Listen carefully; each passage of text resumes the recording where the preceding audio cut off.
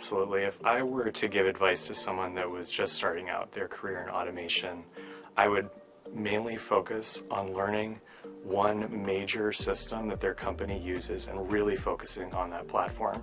Make sure that you are the expert within your company in that platform. That is going to take your, essentially, they are going to look at you as the expert for that automation. You're going to be able to take things to the next level. So you're going to be in the forefront of every project that uses that potential system, any type of automation work that's done around that system, and it's going to be pivotal for your career. You're going to be brought into different projects and you're going to have an opportunity to really flourish.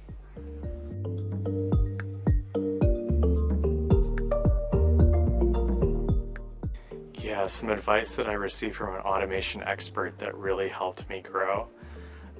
Honestly, it was being able to get up in front of people and do more public speaking. I think this is something that as developers we shy away from sometimes because we're a little afraid of it, but when you get up in front of a crowd and you use that muscle, it'll open doors in your career, right? And don't be afraid of getting in front of people and telling them what you know, because you have great ideas and there is so much that you bring to the table.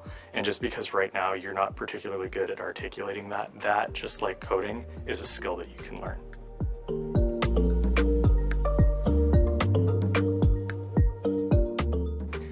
I am so excited about the automation space and just what we're going to see over the next coming years. The rapid advancements of generative AI are just opening doors of possibilities around automation potential. And one of the areas I really see UiPath being critical, if not pivotal, is around connecting that information that is out there and supplying it for that generative AI, taking the outputs it gets back, making that better, and applying that to automation. I think they go hand in hand and they're going to be absolutely key to being successful in the future. If we think about how things are going to change over the next 3 to 5 years, it can be hard to go that far out and make a really strong commitment, but I think without a doubt, generative AI, it is by no means overhyped. The potential of this technology, especially in alignment with process automation technologies, there's going to be a lot of opportunity there.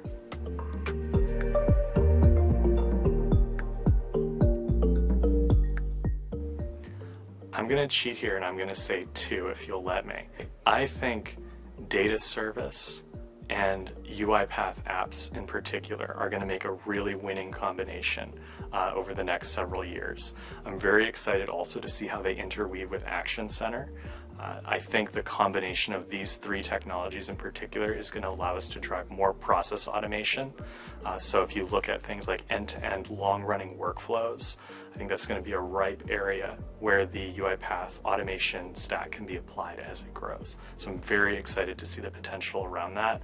And I've worked on other projects where I'm already itching at the bit to be able to put these technologies to use in those areas.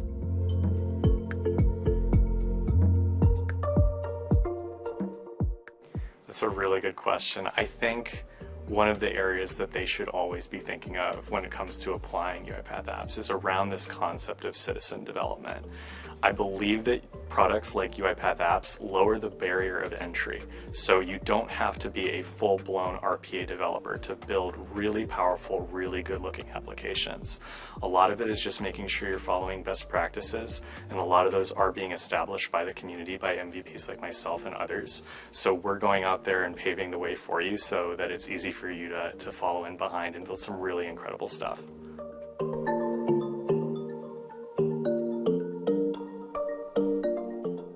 I have 2 apps in particular that I'd love to talk about. The first app is the app that I use to learn.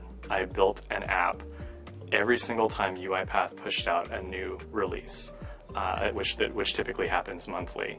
I would go through and add that capability into my app. And in a way, it became a tour of UiPath Apps capabilities. So if you look at it now, it looks very robust. It has all these new amazing features, but it really was just something that over time I was able to iterate on and make better. And I think that applications that are deployed to the real world can follow the same principles, where you're making them better as the feature improvements are arriving. And we know that we need to keep things up to date, and the battle to stay modern is always going to be one that we have to fight. So making sure that we're able to do that in a nice, easy fashion is absolutely key. The second app that I would bring to the table was actually I was working in the field and I was trying to align a solution for a client that had a really difficult struggle in the field, where nurses were working with, they were working over the phone, and they were struggling with a really rigid back-end healthcare system that they really didn't enjoy using. And what we were able to put together is we were able to design a user-friendly experience for those nurses that was designed specifically for them and addressing all of their pain points. And at the end of the day, it made care management more human for the nurses by using robots, which is ironic but amazing.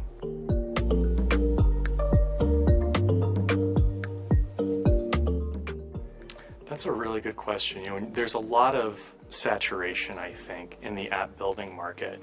But what you really need to remember about UiPath Apps is that you get access to the entire RPA platform by using apps. So it's really, you're not building just simple applications. You're building applications that are powered by the components behind RPA, and therefore all of their tie-ins to things like artificial intelligence that we just mentioned. So it's very easy to build apps, but you can take them to the next level by connecting them to those more advanced technologies. And that is a seamless process because it's all built in one native platform. If you start to look at other providers in the space, especially ones that only focus on apps, they struggle with integration or they struggle with workflow.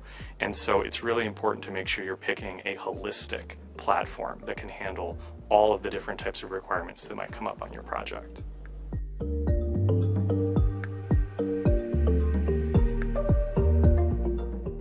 I'm so excited. I have been meeting so many different MVPs, and I think what's so amazing this year is that we did specializations within the community MVP program, and that really enabled me to come in as an apps expert that's focused around user experience, right? And I get to spend time talking to RPA experts or test suite experts or document understanding experts, and we're already having really interesting ideas on how we can potentially bring some of these components together, even just conversationally in an innovative fashion. Just trying to push the limit of what's possible, but also really thinking about, how will customers and clients use these solutions together by bringing in that level of specialization and really thinking it through.